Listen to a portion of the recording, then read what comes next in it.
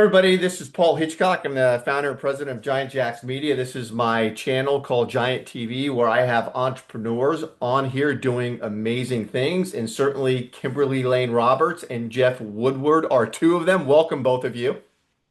Thank you. Thanks, Paul. It's a joy to be here, and it's wonderful to have a conversation with Geff. So Yeah, great I'm really insight. looking. Yeah, I'm really looking forward to this. The title of this episode is the new era of financial transparency and lending. And Kimberly, you are a trusted executive coach. We've known each other for a bit in a Vistage chair in the Marin County area for entrepreneurs. And Geff, you are the founder and CEO of VeraScore. So I want to let two of you expand a little bit on what you're focused on and then I know we have some content we're going to jump right into.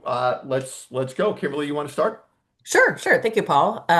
So yes, I work with CEOs and founders who are building something that matters. Every one of my members of my group are founders, or they have one appointed CEO. But I think what makes my members different than an appointed CEO is that you really find that they're working on something that they're passionate about. They've created their business out of a passion and a need to solve a problem, and they're doing something that matters. And so it's very joyful for me to coach them, to facilitate the group, and just it's joyful to see how this peer groups help them move that mission along. Geff is one of those members. As you mentioned, he's CEO of VeraScore. It's a fintech company, and he's trying to solve a problem around financial health and giving access to people that might not appear financial healthy using the typical credit score. And he's got a whole system using AI to make cash available for people that otherwise are not served. So just for a little bit of background about Geff too, he has over 30 years of building companies and advising companies like Visa, Walmart, and Chevron, and obviously brings that to the table with his VeraScore. So, Geff, anything you want to add to that on your background? I just want to say, Geff, I didn't know AI was a thing. Is AI a thing these days? It's just beginning to be a thing. There are hints on the horizon. No, I think that's pretty good, Kimberly. I think, well, one thing I would say, our entrepreneur group is very different because it's the only group of entrepreneurs in Vistage, which is fascinating. It's also run by a woman. Most of the groups are run by men, and about half of our members are women, which is nice. So we've got a nice balance, which I appreciate. It's great. Uh, Personally. And then, so what VeraScore does, we're trying to solve that problem of, getting people access to credit and loans. But what we're really doing is the US economy is plus or minus $30 trillion on any given day. 19 trillion of that is based on all the consumer lending, car loans, house loans, credit cards, student loans, et cetera. But that's only based out of 6 out of 10 Americans. The other 4 in 10 do not have access to credit. Half of them, or 50 million American, are credit invisible or unscorable. That means they don't have a credit score, a lot of college kids. And the other half are considered deep subprime, so they have a credit score below 620. We can help all of them from day one, and help them understand their financial health and get access to credit and loans that they can afford. So we built this, it's a very different kind of product in that we flip the model completely. So the consumer owns their data, they own their score, they decide when it gets permission to the lender when they apply for a loan or credit. And we don't have a hard credit inquiry. So you could look at your score 100 times a day as a consumer, give it to 100 lenders, nothing happens until you take on additional credit or loan. For the lenders, what we're doing for them is we're qualifying that consumer, not pre-qualifying, but actually qualifying that consumer for the loan or credit they can afford based on their cash flow. And we're doing that in less than 5 minutes. So it's a very different model from the credit scores. Yeah, I think you've commonly heard and you commonly state that you're disrupting the whole credit industry, lending industry. So, what I love too about what you're doing, it's become not just an opportunity, it's become a necessity. You're really driven about this and determined about this. So, was there a point in this journey when you decided to solve this problem, or what was a pivotal moment for you? Oh yeah, I have worked since I was 8 years old. Um, Oldest of 5 kids, Roman Catholic, all that stuff. Very strong work ethic. I'd always paid my bills. My parents didn't really, we were middle class. They didn't really teach us how to budget, but a lot of that isn't taught. Uh, Went through college, got my MBA, ended up working. I had a perfect credit score, and I got laid off from a position that I wasn't all that excited about, and thought, okay, I've always wanted to start a company because I worked for a lot of startups as the lone business person. So I had this idea. I started this company, and then I was trying to raise money. It was my very first one, and I made the classic founder mistake of funding my own company. Don't ever do that. Uh, it's funny because I had excellent credit. This was 2005 and six, 4, 5, and 6. And credit card companies were literally throwing 25, 35, $45,000 credit cards at me without a income verification, which I thought was a little crazy. But I had faith in myself, like a crazy startup founder does, and thought, no problem, I'll get it funded, I'll pay it back. And long story short, I didn't. So I hit that wall pretty hard and had to file bankruptcy, which was not the best moment of my life. But it was an incredible learning experience. I tried to do all the right things, and my bankruptcy attorney said, no, you can't do that. That's not how the system works. And I remember sitting in the bankruptcy court in the spring of 2007. I like to be a cautionary tale, so I did all this stuff before the housing crisis. And I'm watching everybody in there, and it's a very long room, painted that beige, and you got the bankruptcy judges up in the front. And I noticed that most of the people in there were either sitting in a wheelchair and or tied to an oxygen tank. And I looked at my lawyer and I said, "What's going on here?" And she said, "It's medical debt." I'm like, "Okay, that makes sense." Oh God. That's But the couple horrible. in front of me, 20s, blonde, literally just came off the tennis court. They're still in their tennis whites. And I overheard theirs, and they got to keep their house, the Mercedes, and you knew they were just going to rack it back up. And I'm like, this system doesn't work Yeah. at all. So I thought, really, we should come up with an alternative. And I came up with the idea. This was 2007, but I had to wait for technology and data to catch up. Started the company in 2020. Um, so far, we've raised the majority of our seed round. We're still got a little bit left. We've got our first customer. We've got our platform. We're ready to pilot it, and we're just looking for additional pilots and investors. So it's an oversight success that's taking 6 to 7 to 8 years, which is most startups it does to get there. Great, thank you for that. I know it's a very vulnerable moment for you, but I think it's a worthy story for people to hear because it comes out of passion, out of your own personal need. Can you give us a real world example of someone who looks risky on paper, say according to FICO or their credit score, but is actually a great borrower? And how does your AI driven insights and cash flow demonstrate their financial health in a different way? Yeah, so a good example is a Gen Z or millennial. They've been raised on debit cards, so they're living within their means, but they don't have a credit score. They're making money, they're used to digital banking, using Venmo and things like that, but they're not seen because they're not in the traditional credit system. I love people who are living on debit cards because they're already living within their means, and then we can teach them to Yeah. use credit responsibly, which is because credit's a pretty powerful thing. Likewise, the flip side of that is you've got the person with an 825 credit score. They look great, but they could be inches away from bankruptcy. They're just paying everything on time. And that was what happened with the housing crisis. If VeraScore existed in 2007, the housing crisis never happens, which is a bold but accurate statement. Yeah, I love that, and I think this is showing up in all areas of the world and even needs to be in leadership as well. And you're leading with that, but just this whole thing of radical transparency about the lending situation, what works for the particular client. The individual owns their data, the individual sees their financial score. You actually give them tools to help them.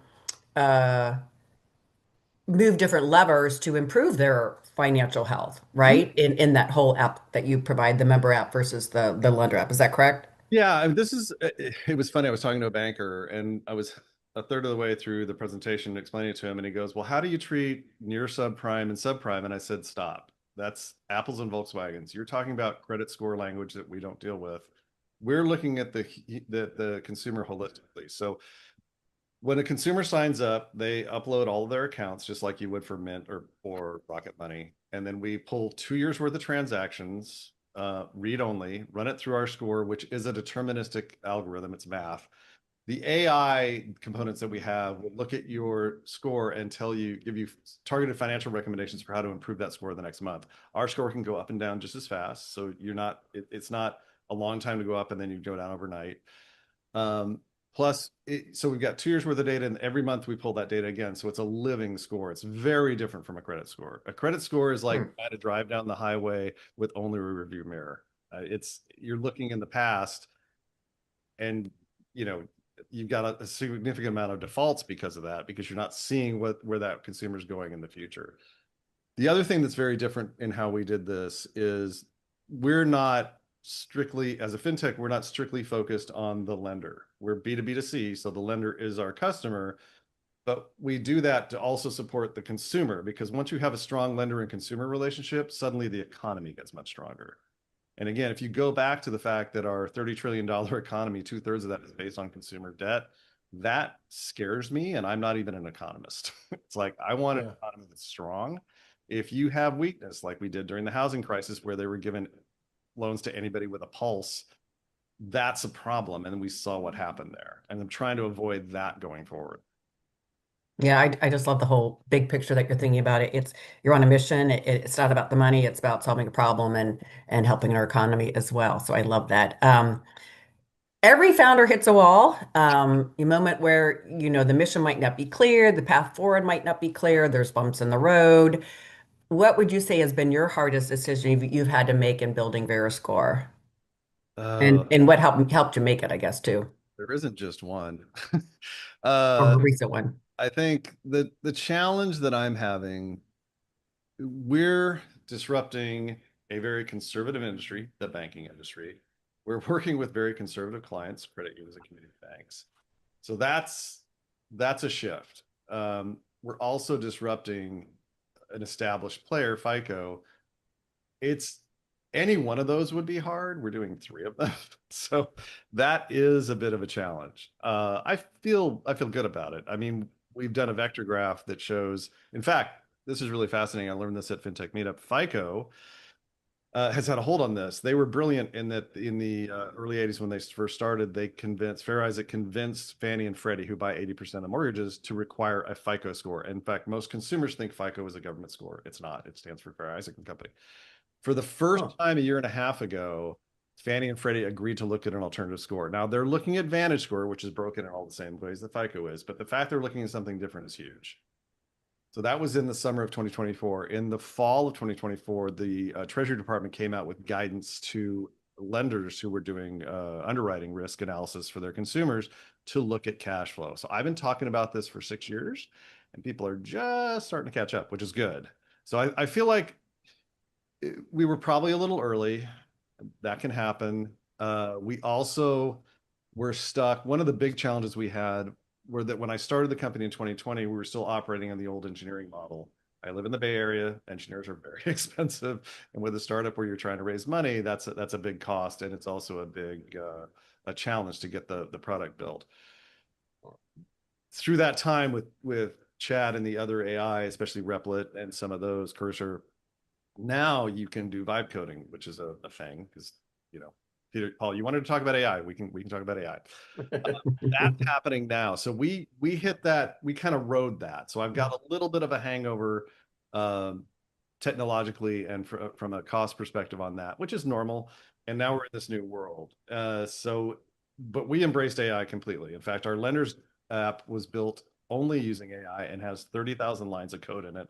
The members app, which was built originally through traditional engineering, has 500 to 750,000 lines of code in it. It's about the same complexity. So that's a huge shift. Some other things that I had to do, in fact, you helped me with this when we first met.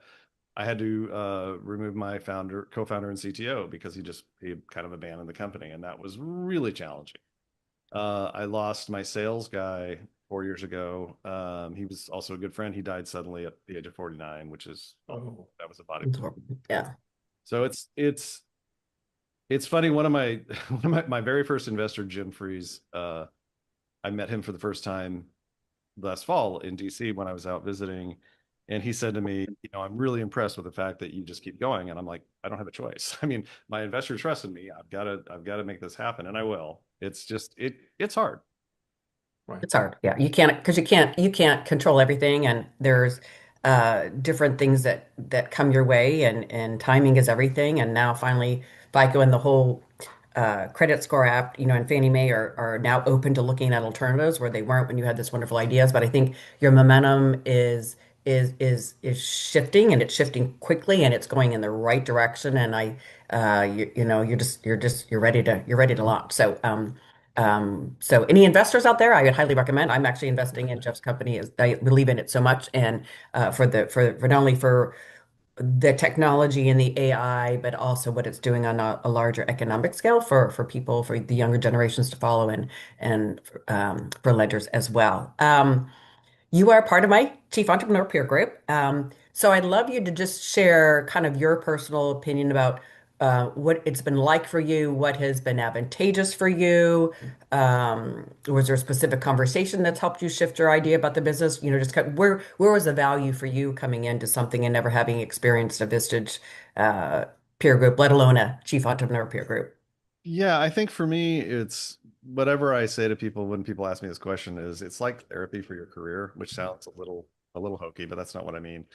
Um, Being a founder and a CEO is hard, and only other people that have done it understand that. And so being in a group of other people who are going through the same things that I'm going through is huge. Even the other people in my company, they sort of see what I do. They don't really understand it. That's not their fault. They're very bright people, but unless you're doing this job, you don't really get how hard this job is. This is my third startup. It's by far the most successful one. I've learned along the way, like don't self-fund your startup. But actually, my last one, Wine Ballet, which was about 15 years ago, a lot of that technology actually migrated into VeraScore and created some of the ideas there. So you always learn, and you've got to take that with you. I think for me, the ability to talk to other founders who not only get what I'm going through but understand, they can come up with a slightly different take on it. My my challenge is as bright as I am, I'm stuck in my head, and that's a very dangerous place for me to be on my own. So getting that feedback from other people is super helpful. Yeah, thank you for that. Yeah. I love the composition of a group. As I am still growing it, we have 11 members, and obviously I'm trying to get 6 or 7 more in various industries. But I just love how everybody shows up in this confidential space, and it's challenging for you guys because, especially as a founder, you're kind of keeping the flag going. You're running down and everything's falling apart potentially. You didn't raise money or no one's buying in, but you're still holding that big flag running down the field, going for the goal line, right? And you have to stay strong on that. You have to be confident in that. But where do you go to talk about your concerns? Where do you talk about, I'm challenged raising money, or I'm having issues with my co-founder, or I can't seem to keep anybody accountable, or I'm just lonely, or I feel like sometimes I'm an imposter. And because I think when you are a founder too, not only do you have the pressure of building a business, but because you're the face of the business, there's a whole emotional thing that goes on, I think, in starting your own company, which I think the group helps with, and just building up people's confidence, and getting you out of the chief everything officer to really truly being a CEO. Because once you start a business and doing everything, if you want to scale, you've got to slowly remove yourself out of that, and sit in the CEO chair and learn to delegate and let go. And that's hard when it was your baby that you created. So thank you for addressing all that. Can I Any ask a quick comment? question? Can I ask Yeah, a quick sure. question? So, because Kimberly and Jeff, you're meeting monthly, right? So all Correct. this entrepreneurs you meet monthly at a location, and what happens in that monthly? Great question. Sometimes we have a speaker, but probably the commonalities on every meeting are we do personal check-ins with regards to people and how they're it's a quick pulse about where are they personally, professionally, maybe health-wise. Why? Because it's a quick way to level set. So if someone's say they're like a 5 personally and they share, my son just got diagnosed with ADHD, or I'm having troubles with my marriage, but then it helps the group meet them where they're at versus trying to guess through some of the just conversation. So it Yeah. level sets and everybody gets a good idea about where is everybody sitting on an emotional level, mental level, business level. So we do that. I usually do some interactive exercise to help build leadership skills or communication skills or AI skills. We sometimes have a speaker. The last couple have been around understanding financial health, financial readiness. I mean, you might be an expert on marketing, but not everybody is an expert in reading their balance sheets and making sure Yeah. people have a financial acumen that I think is necessary as a CEO. We always have a host presentation, so every member gets an opportunity to host a meeting. What does that mean? They get to pick the spot. More importantly, they get to showcase their business. And I mean, not just how many flavors of ice cream you have and how great it is. I want to hear when the ice cream melts, where, you went days gone by and nobody bought an ice cream, having cash flow problems. I mean, because it's your privileged hour to have the group help solve your problems and help get you on track and tell you what you can improve on, what are you doing right, what could possibly be a better way to do some things. So it's your opportunity to really get the great feedback that the group can provide. And then really the crux of it is around issue processing. I hate to use the word issue. I still haven't come up with a better word, but it's where everybody gets an opportunity and must come to the group with a challenge they are facing, and asking for the group opinion, help, resources, whatever. Sometimes it's a simple, hey, I've got a trust attorney I can connect you with. Sometimes it's the person's in their own way. It's a control thing, Right. or Right. they don't like to delegate, so it can be very vulnerable. It can be just very tactical, but that's really I think the power of the group. People love that process the most, and I try to create as much time as possible around that. And we always have fun. We do outings outside of the meeting for those that want to attend happy hours or dinners or comedy clubs, or we try to have some fun outside of the group as well. Yeah, Jeff, Jeff, would in you add this, anything to that? yeah, I was gonna say, are the entrepreneurs networking outside of that meeting too? Yeah. Yeah, yeah, I think we do. I mean, what I would add to that is I think it's really important because we kind of understand each other. It gives us a space to actually have those conversations. I mean, even your spouse or your significant other or your dog, in my case, doesn't really get what I think they The dog. talk to somebody else who gets the challenges. And I mean, I don't want to sound like I'm whining about it. It's hard, it's lonely, and it's not for everybody, and that's okay. Sorry. Apparently there's something going on. But it gives us a space to kind of explore that with other people who can understand it.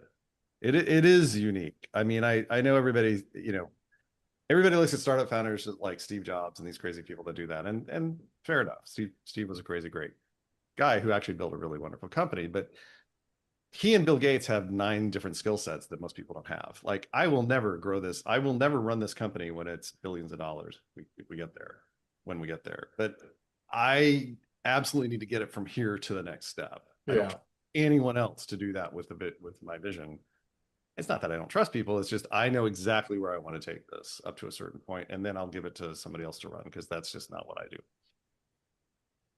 Yeah. So yeah, Jeff's a very involved member.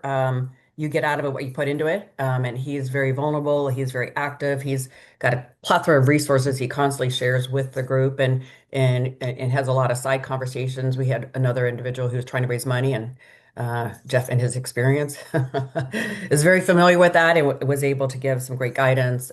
So it's some people do business together. That is not a requirement. Like, we have an accountant and sometimes she gets business, but it's really what's beautiful, you get the expertise in the room. We have a marketing person that helped Jeff with his pitch deck because her marketing abilities are just off the chart, her storytelling, right? So, but yet she might not have the financial acumen, right? So it's fascinating to see how every person has a contribution that's significant to every member in their business, and helping them advance forward. So it's for me, it's such a joy. I have seen everybody grow dramatically within a 6 months, year's time, especially. And it's that's the joy that I get out of it. And it's fascinating. And my ultimate goal is have everybody, scale their business to whatever size they want. That's the end goal. So Yeah, I had a question about that because I imagine you've got a lot of personalities in the room, type A personalities of entrepreneurs running businesses. I mean,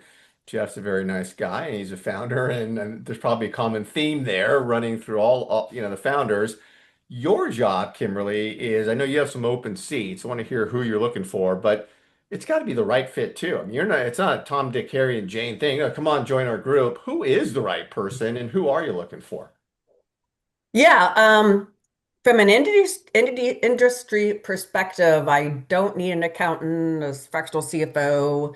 I wouldn't mind an attorney, an architect, somebody else in the AI space, somebody who has products or manufacturing. Um, Obviously, anybody who's a founder, I would be very interested in. My requirement is when I'm interviewing people is how vulnerable are you is my biggest question. And I typically ask, what is the first impression that people get wrong about you? That's one of my favorite questions because that shares a lot how vulnerable they are.